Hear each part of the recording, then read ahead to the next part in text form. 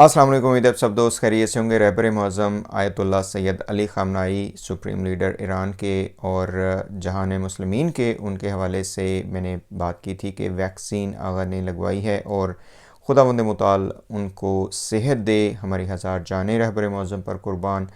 हमारी दुआ इंशाअल्लाह ये है कि हमारी ज़िंदगियाँ भी उनको लगें और खुदावंद मुताल उनको इंतहाई अच्छी सेहत के साथ ज़िंदा रखे, तूल उम्र अता करे और उनके जो इल्म है और उनका जो दीनी तफक्कुर है और इस्लाम को ज़िंदा करने का जो उनका एक किरदार है, खुदावंद मुताल उसके हवाले से उनका साया हमारे सरों पे कायम रखे।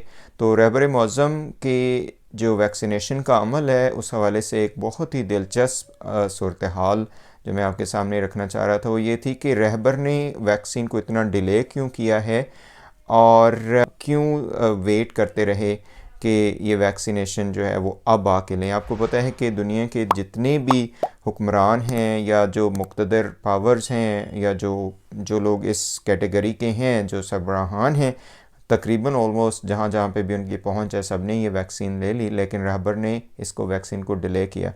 तो बहुत ही ज़बरदस्त रहबर का जो ये एक तर्ज़ अमल रहा वो ये रहा कि पहले तो उनका ये कहना था कि हम वैक्सीन अपने कंट्री की जो है ना वो पैदा करेंगे और वो मैं लगवाऊंगा।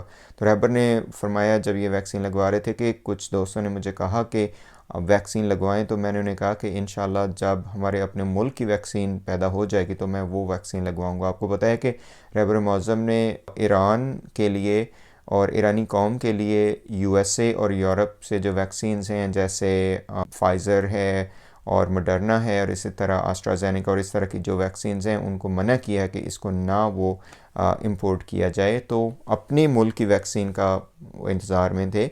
और दूसरे नंबर पे जो बहुत ही एक मैं समझता हूँ कि एक मिसाल है, एक अजीम मिसाल है हमारी नस्ल के लिए और आज के हुक्मरानों के लिए, वो ये कि रहबर इस इंतज़ार में थे कि वो जो 82 ईयर या 80 ईयर से अबव के जितने लोग हैं उनके मुल्क में उनको ये वैक्सीन लग जाए।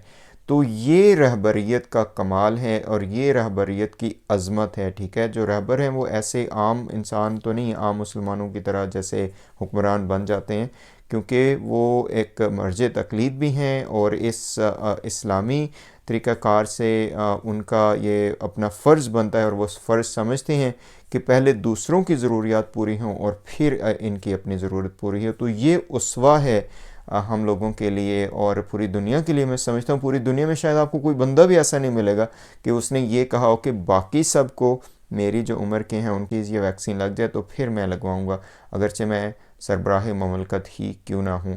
ठीक है, तो असल में तो ये रहबरियत का एक मैं समझता हूँ कि एक बहुत बड़ा एक इम्तियाज़ है और उसके साथ साथ एक जो मरजाइयत का एक बहुत बड़ा इम्तियाज़ है। ठीक है जनाब, इराक़ के एक आयतुल्ला सिस्तानी या किसी और मर्जे के बारे में ये मशहूर है कि लोगों ने कहा कि आपके जो घर के बाहर की जो सड़क है ये बहुत ही ख़राब है, लोगों को तकलीफ़ होती है, तो इस सड़क को बनवा लिया जाए।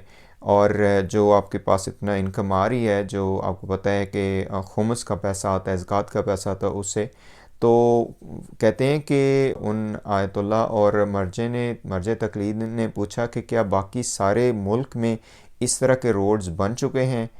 तो उन्होंने कहा जी ऐसा तो नहीं है। तो उन्होंने कहा कि फिर तो मेरे लिए ये मुमकिन नहीं है कि मैं भी ये रोड बनवाऊँ अपने लिए। ठीक है, तो ये मैं कहता हूँ तुर्रा इम्तियाज़ है और ये इस्लाम का तरीक़ाकार है।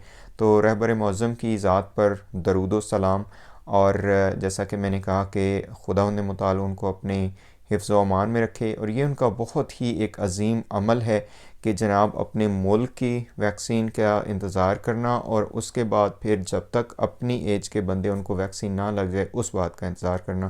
खुदावंद मुताल से दुआ है कि इंशाअल्लाह रहबर मुअज़्ज़म को हमारी ज़िंदगियाँ भी लगें और उनके साया में और उनकी जो फ़कीदुल मिसाल एक क़यादत है उसके साया में निज़ाम इस्लामी जो है वो आगे बढ़ता रहे। अस्सलामु अलैकुम वरहमतुल्लाहि वबरकातुहू। आपसे एक गुजारिश है कि काइंडली हमारे इस फ़ोरम को ज्वाइन करें और बेल का बटन भी दबा लें ताकि आपको ये अपडेट्स मिलती रहें। खुदावंद मुताल आप सबको अपने हिफ्ज़ व अमान में रखे। अस्सलामु अलैकुम वरहमतुल्लाहि वबरकातुहू।